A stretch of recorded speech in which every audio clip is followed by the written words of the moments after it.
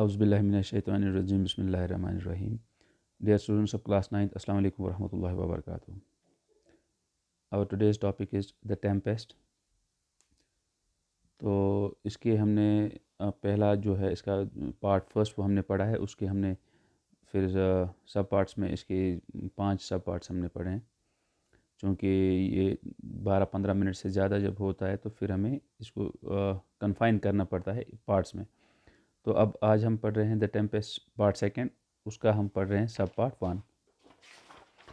तो जैसे कि आपको पहले पार्ट में हमने बताया है कि ये टेम्पेस्ट जो है ये विलियम शेक्सपियर ने लिखा था और ये ओरिजिनली एक प्ले था। बाद में इसको एक आप समझ लीजिए कि स्टोरी की शक्ल दे दी गई। तो टेम्पेस्ट कहानी होती है 3 लोगों की। एक आइलैंड में होते हैं ये 3 लोग। तो ये 3 लोग होते हैं, एक लड़की होती है 12-15 साल की जिसका नाम होता है मिरांडा। उसका बाप जो एक मैजिशियन होता है, विज़र्ड होता है जिसका नाम होता है प्रॉस्पेरो। और उनका एक सर्वेंट होता है जिसका नाम होता है कैलिबान। और साथ में ही उनके वहाँ पे एक स्पिरिट भी होता है जिसका नाम होता है एरियल। तो ये जो प्रॉस्पेरो होता है ये ड्यूक होता है मिलान का, मगर ड्यूकडम से ज़्यादा इसको ये सीक्रेट स्टडीज़ में ज़्यादा इंटरेस्ट थी और इस वजह से इसने अपनी इस ड्यूकडम का जो सारा रिस्पॉन्सिबिलिटी जो है सारी वो अपने भाई जिसका नाम था गोंजालो, जिसका नाम था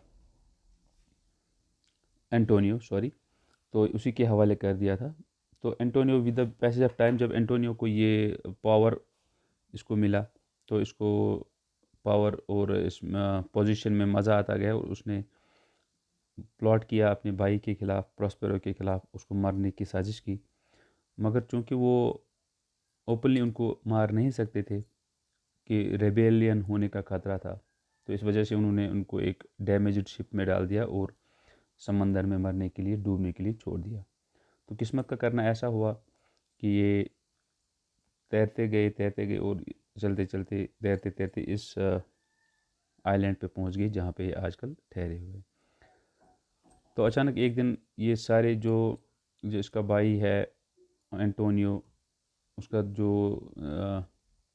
एनिमी था किंग ऑफ नेपल्स, उनके सारे जो बच्चे वगैरह थे, ये एक दिन इसी आइलैंड से होके गुज़र रहे थे। तो प्रॉस्पेरो ने अपनी इस मैजिक की मदद से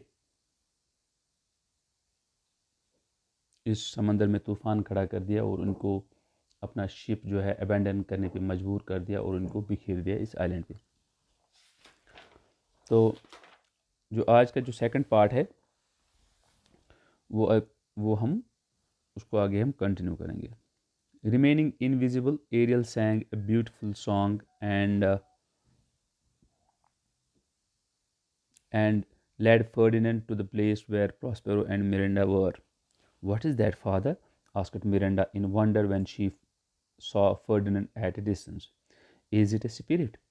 It has a noble and beautiful appearance."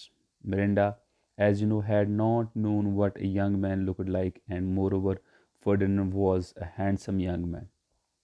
Seeing Miranda, Ferdinand thought that she was the goddess of this island of wonders where he had just heard Ariel's strange sounding song. He fell on his knees and began to speak to her as to a goddess. You can imagine his surprise when he heard her say sweetly in his own language, "Sir, I am no goddess, but a simple girl." Prospero was very happy to find that the two young people had fallen in love with each other at first sight. But in order to test Ferdinand's love, Prospero pretended to think that the young man was a spy. "Come along, young man," he said roughly. "You are a spy who has come to steal this island from me. You are now my prisoner." Ferdinand tried to resist and drew his sword, but waving his wand, Prospero fixed him to the spot by the power of his magic. Miranda hung upon her father and pleaded for Ferdinand. "Please do not treat him like that, father. He cannot be a spy. He does not look like one. Silence, said Prospero. Are you trying to teach me? Perhaps you think he is the most beautiful person on the earth because you have seen only Caliban and me. Compared to Caliban, he seems handsome enough, but compared to other men, he is a Caliban. Then my desires are most humble, replied Miranda. I do not wish to see a handsomer person. Come along, sir, Prospero said to Ferdinand, leading him away. Ferdinand could hardly resist the power of Prospero's magic, and he had to follow. He said to himself, My misfortunes, my misfortunes, and this unkind treatment would all be nothing to me if from my prison window I could see this girl once a day. तो पिछली part में हमने देखा था कि Prospero ने aerial को कहा था कि अभी जो है अभी के वक्त और शाम का जो वक्त है, ये जो टाइम है ये हमारे लिए बहुत ही कीमती है। और एरियल ने प्रॉस्पेरो ने एरियल को एक लास्ट टास्क सौंपा और कहा कि तुम जाओ। और प्रॉस्पेरो के हुक्म के मुताबिक एरियल उस जगह पहुंच गया जहां पे फर्डिनेंड दुख मना रहा था, गमज़दा था अपने बाप की मौत पे। हालांकि वो उसका बाप अभी ज़िंदा था, मगर उसको ऐसा लगा था कि उसका बाप और उसके जो तमाम साथी हैं वो मर चुके हैं। तो आज हमने क्या पढ़ा? Remaining invisible, Ariel sang a beautiful song and led Ferdinand to the place where Prospero and Miranda were. अब एरियल अपने आप, ये आप समझ लीजिए कि एरियल गायब ही रहा, वो इनविजिबल रहा और उसने एक ऐसा मीठा और अजीब व गरीब गाना शुरू कर दिया।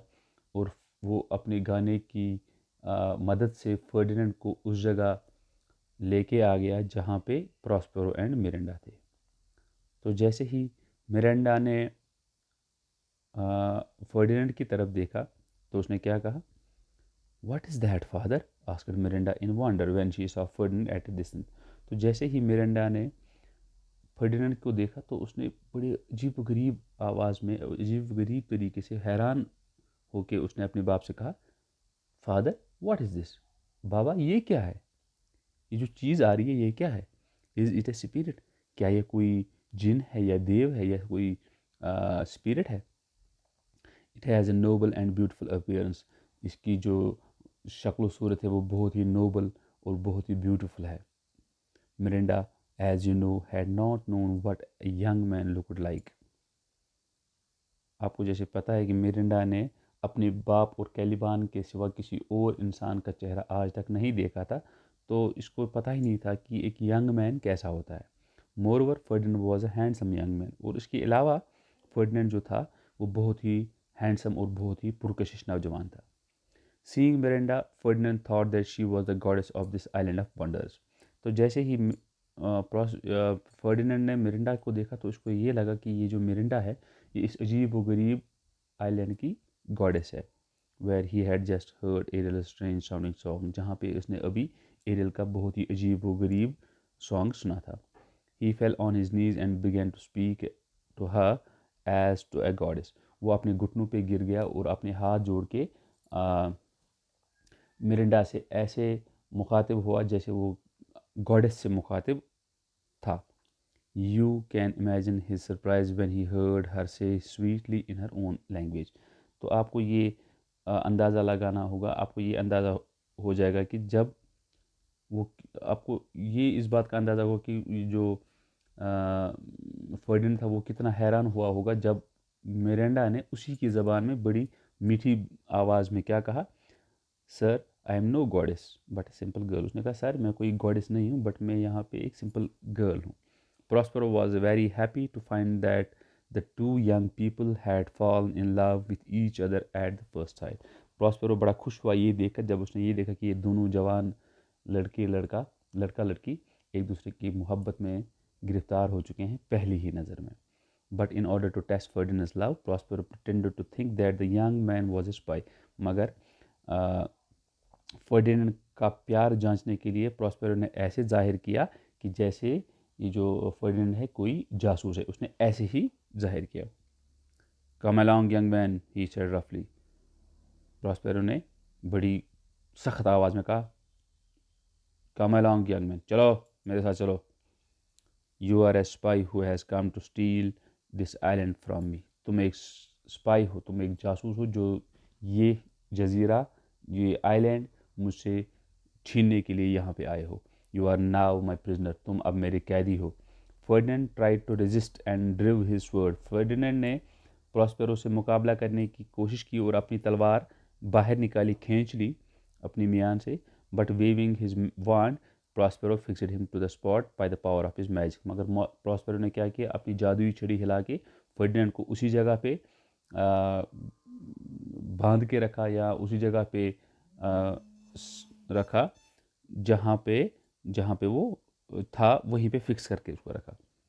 Mirinda hung upon her father and pleaded for Ferdinand. Mirinda जो थी वो अपने बाप के पाँव पे गिर गई, या अपने बाप से उसने मिन्नत समाजित की और फर्डिनेंड के लिए माफ़ी मांगी। Please do not treat him like that father. उसने अपने बाप से कहा कि बाबा मेहरबानी करके आप फर्डिनेंड को ऐसे ट्रीट मत कीजिए। He can not be A spy, वो एक स्पाई नहीं हो सकता है। He does not look like one, वो ऐसा नहीं दिखता है। Silence said Prospero. प्रॉस्पेरो ने गूंजदार और सख्त आवाज़ में कहा, खामोश। Are you trying to teach me, क्या तुम मुझे अब सिखाओगे? Perhaps you think he is the most beautiful person on the earth. शायद तुम ये सोच रही हो कि ये तमाम दुनिया में सबसे खूबसूरत इंसान है। Because you have seen only Caliban and me, क्योंकि तुमने सिर्फ कैलिबान और मुझे ही देखा है। Compare to Caliban he seems handsome enough. अगर हम इसका और कैलिबान का मुकाबला करेंगे तो ये कैलिबान के मुकाबले में बहुत ही हैंडसम दिखेगा तुम्हें। But compare to other man he is a Caliban. मगर अगर हम दुनिया के दूसरे इंसानों के साथ इसका मुकाबला करेंगे तो ये कैलिबान के जैसे दिखेगा। इसका मतलब ये हुआ कि दुनिया में और भी इससे बढ़कर खूबसूरत और हैंडसम नौजवान है। Then my desires are most humble, replied Miranda. Miranda ने कहा, बाबा फिर मेरी ख्वाहिश बहुत ही सीधी और सिंपल ख्वाहिश है। I do not wish to see a handsomer person. मैं फिर किसी और हैंडसम पर्सन को नहीं देखना चाहती हूँ। Come along sir, Prospero said to Ferdinand. Prospero ने फर्डिनेंड से कहा, चलिए मेरे साथ चलिए। लीडिंग हिम अवे, वो इसको अपने साथ लेके चला गया। Ferdinand could hardly resist the power of Prospero's magic. ये जो फर्डिनेंड था ये बड़ी मुश्किल से ही प्रॉस्पेरो की जादू का मुकाबला कर सकता था या इसको बर्दाश्त कर सकता था। He had to follow. अब जादू की मदद से, जादू की वजह से या उस मजबूरी से प्रॉस्पेरो के पीछे पीछे फर्डिनेंड को चलना पड़ा, हालांकि वो नहीं जाना चाहता था।